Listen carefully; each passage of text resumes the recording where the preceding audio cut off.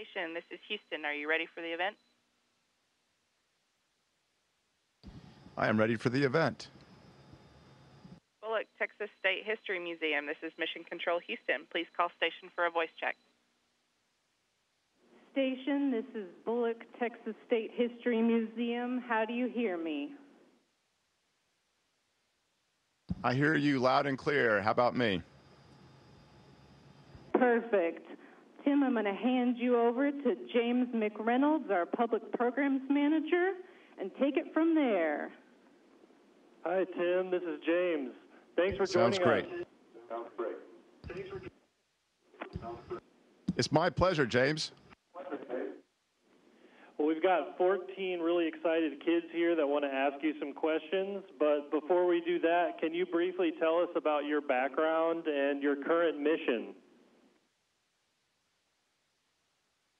Absolutely. You know, I've been here for about 2 months, but it's actually been a very long path to get here. I started out working as an Army aviator many years ago, and then after serving a couple of tours, I became an experimental test pilot, went to graduate school, and then had the opportunity to work at NASA. And then in 2000, I was selected as an astronaut, and I worked for 9 years as an astronaut until my first flight. And I came actually here to this International Space Station in 2009. And I'm very blessed to have this opportunity to come back here and serve on the International Space Station. I'm a crew member right now in Expedition 46. I'll be the commander of Expedition 47 in a few weeks. Our mission here is really to run this world-class orbiting laboratory. We have over 200 experiments going on at any one time, and there are a variety of experiments. Sometimes we're actively conducting the experiment. Other times we set this up and the scientists on the ground conduct the experiment, and then other times we're actually the experiment itself. We have to maintain this facility because it's very, very complex. Our environment here is exactly what we have. It's not like Earth in that respect. And it's also our home, so we have to maintain our home as well. It's also very important that we maintain our bodies and our health, too. And so we exercise over 2 hours every day. And so this is an absolutely wonderful place to live and work. Exciting. I think you're inspiring some of our students to become astronauts right now. Let's get to some of the questions. Are you ready? I am all set. I'm really looking forward to these questions. Hello, my name is Jomira Haas, and my question is, how did it feel when you first made it into space? Hi, Jamara. That's a great question. You know, there's a physical response and there's also an emotional response, right? So when I first got to space, I was so happy because it had been a long time and a lot of work to get on board both the space shuttle and then the International Space Station on my first flight. Physically, though, when I first came to space the first time, I didn't feel so good. I was a little bit queasy and a little bit dizzy. But the amazing thing about the human body is that we're able to adapt to our environment. And so after a few days, I felt really, really good. This time around, I think I was even happier to be back on board. But also, I think that I adapted quicker because my body just remembered having been here before. Okay, and our next question is going to come from Peyton. Peyton, go ahead and ask your question. Hi, my name is Peyton Mata, and my question is, how does Earth look in space? Well, Peyton, it's a great question. You know, it's a very, very beautiful planet. But, you know, I think it's kind of funny that we call it Earth because it's mainly water. When we pass around the planet, most of the time we're looking at the oceans. In fact, I think just about now we're coming over land, but the last several minutes we've been over the Atlantic Ocean. We're going over the United Kingdom. By the time we finish up here today, we'll be going over the Caspian Sea. But it is a beautiful, beautiful planet. It's very dynamic. There's lots of different colors, and sometimes the colors are so dynamic it almost doesn't even look real, but it is a beautiful thing to look at.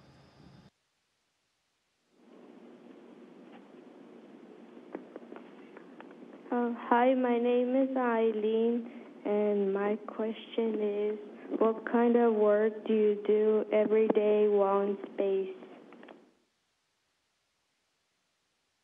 Oh, it's a good question. You know, we're very, very busy here, and so we spend about maybe a third of our time doing science experiments, about a third maintaining this vehicle, and maybe a third exercising. So we're very busy on board. So, for example, today I was working on an experiment where we burn some items, which is very interesting on a space station. But we have a very special glove box that makes everything safe. And so we would insert these samples inside, I'll get a little bit closer, we insert these inside a chamber, and then we would burn these samples.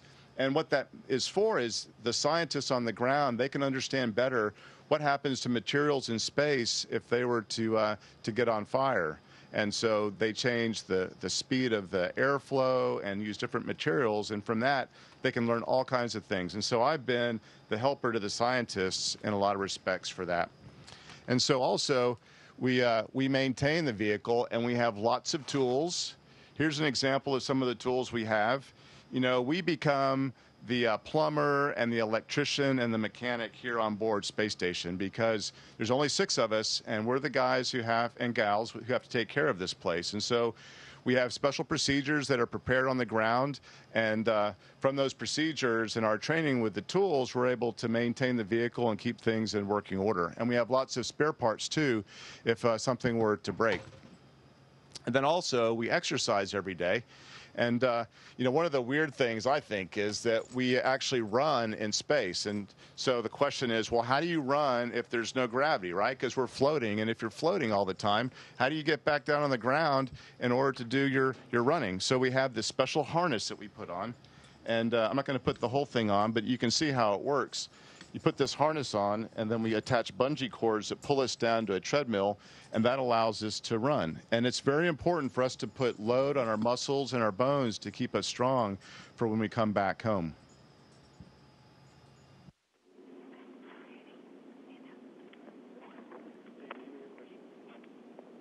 My name is Jamil Garcia, and my question is, how do you entertain yourself in space?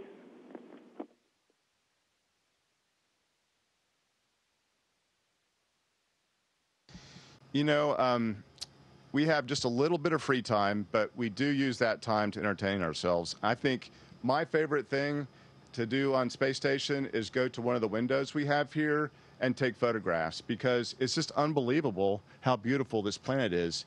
This is one of my favorite cameras here. This has an 800 millimeter lens, and so with this camera, I can take really good photographs of the planet. In fact, recently I took a photograph of my neighborhood. I was just lucky enough to get a good photograph that came out clearly, and we were in the right position with the space station in order for me to take that photograph. So taking pictures, one of my favorite things to do here on Space Station. You know, we also have movies and television shows that we can watch. They're stored up here, or they can be sent up. And, you know, just like many of you, I have an iPad, and my iPad goes with me all the time. We use this for work quite a bit. We have essentially our schedule on here, and we use it for that. But then also we could watch movies. I read a book on here on my Kindle reader. So those are really the main things that we do in our free time. And of course, we have meals together, and we sit around a table, and we really don't sit, do we? We kind of float around the table and hold on with our feet. But we have different meals, and here's an example of the kind of food that we eat on board. They're all in packets like this, and some of the packets we reconstitute. They're dehydrated, and so we have to fill them with hot water on occasion. But this is some banana pudding. I thought it might be interesting to see what food looks like in space. So it kind of comes out, and so that's why we use a spoon. You have to be very careful, because otherwise we can make a really big mess.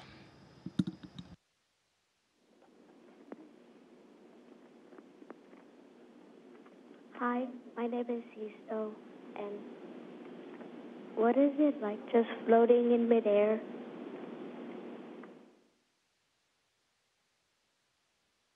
You know, I think floating is about as cool a thing as you could possibly do. I mean, you're just floating around in space. and it feels so different than when you're in gravity, and it takes a little bit of time to get used to this feeling of floating. And what's interesting too is that your body doesn't really assume the same position that you normally would. Like when I completely relax, this is what I look like. My arms kind of float up, my legs come up a little bit. But I think the way that it feels is probably like when you're in the pool and you go to the middle of the pool and you just kind of, float there in the middle. It feels like that, but the difference is that there's no water to push against. So that's the main difference.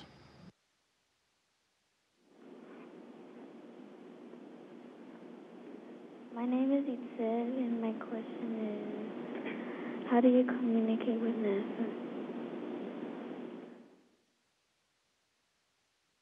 Well, that's a good question. We have a handheld mic, and we press this button, and then that transmits our voice down to the ground through a series of satellites, and they do the same thing. It's like talking on a phone, but we have to take turns. I press the button and talk, then we stop and we wait and listen. It's just like what pilots do when they talk to the ground.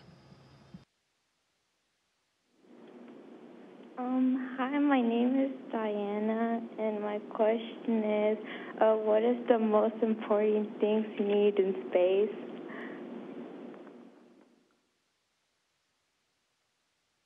We know it's very, very important for us to have technical skills because we have a very technical job up here. And so it's really key that we have some skills so that we can maintain this vehicle. So that's very important. But you know what? I think the most important thing is being able to get along with people, because flying in space is completely a team sport. It's not just a team here, but there's a huge team on the ground of people that help us do this. And we're the ones that are most visible, and I get to talk to you guys and gals, but there's an army of people on the ground that are helping make human spaceflight possible. So it's so important that we're able to get along with people.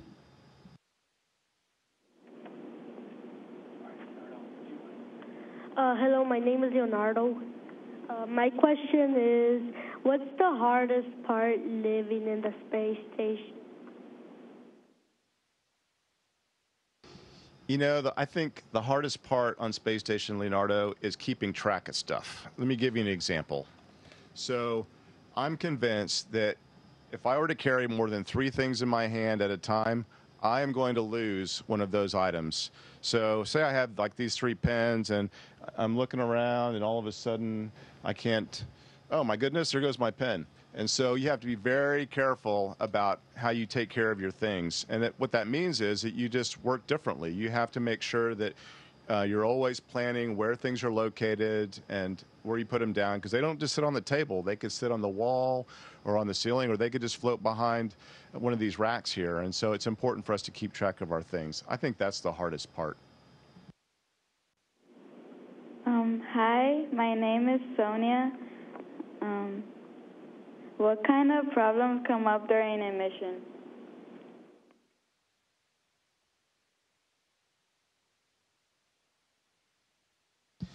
Well, this is a laboratory, and it's also full of equipment. And you know what happens with equipment over time is sometimes it wears out, and sometimes it just breaks.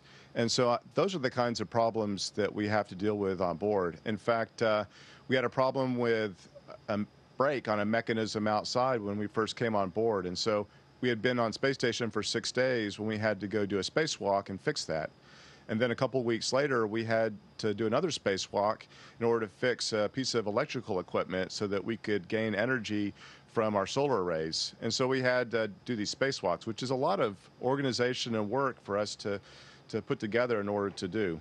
We've also had problems with a device that cleans our air, takes the carbon dioxide out. And so we spent a day with one of my crew members repairing that piece of equipment. So those are the kinds of things that happen on board. And thankfully, we're so well trained by the people on the ground that we can get these things fixed.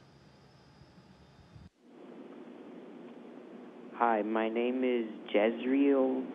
And what's the weirdest thing you've ever seen or have had happen in space? You know, I wish I had a great story about these weird things I saw flying below us, but unfortunately not. I think One of the weirdest things I can see on board is how water performs. I mean, it's just water, right? But the weird thing about water is that there's no surface tension, or the surface tension, rather, is what keeps the water together, which makes it behave differently than it would on Earth. So if I can do this without making a big mess.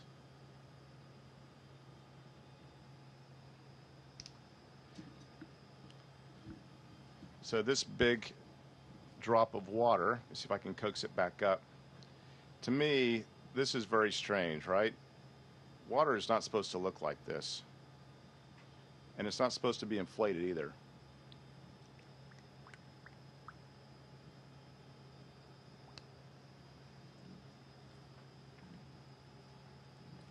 So that's an example of something weird here on board Space Station.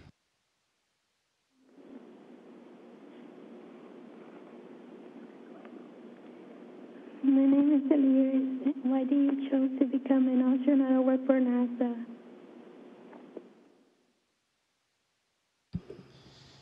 You know, it's a great question, because I think the reason that I chose to try to become an astronaut and then eventually be chosen as an astronaut was because I was inspired as a child when we had men landing on the moon many, many years ago.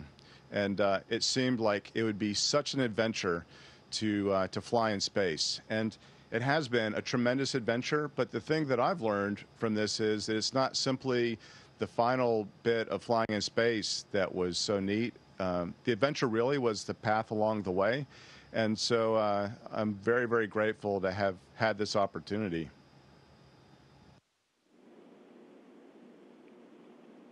My name is Jasmine, and what do you need to be qualified and chosen to go into space? We know one of the main things is that you need to be healthy, because even though we're trained to do medical procedures here, we're not doctors, and we don't have all the things that a hospital would have. And so as a consequence, we have to be very healthy.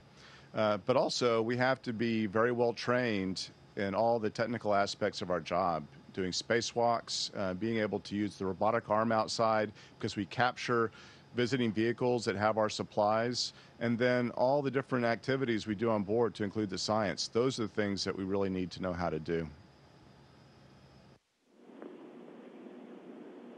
Besides being an astronaut, what other types of jobs are there at NASA? There are so many different kinds of jobs at NASA because it is a very large organization. And so there are astronauts, but there are the folks that train the astronauts. There are engineers that design and build hardware. There are people that support them with administrative duties. And there's people that take care of the facility at Johnson Space Center, for example, and all of the NASA centers. And so there's a wide variety of jobs in NASA. Can we, as kids, go in space right now?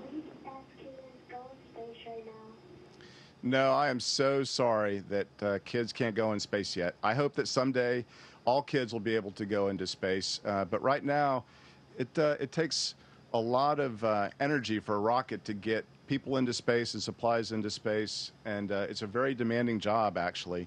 And so I hope that someday it can be more of a leisure activity, frankly. You know, I thank you for all the questions. These were excellent questions. I can tell how smart you guys are. And I really, really appreciate the great work that KIPP does. In fact, I have a piece of advice I'd like to give to all you students that are there at the Bullock Museum. My goal for you is for you to set big goals. And the thing that is great about big goals is that it will excite you, it will motivate you, and it'll keep you focused. And you can do tremendously great things if you have big goals. And I would encourage all of you to live by the motto of KIPP: work hard, play nice, because it takes lots of hard work and getting along with others to do great things. Thank you so much. You guys are great. Thank you, Tim. Thank you, Tim.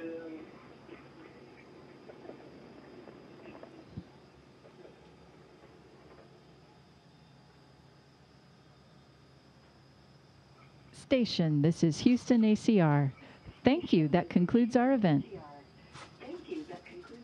Thank you, Bullock Texas State Thank you. History Museum. Station, we are now resuming operational audio communications.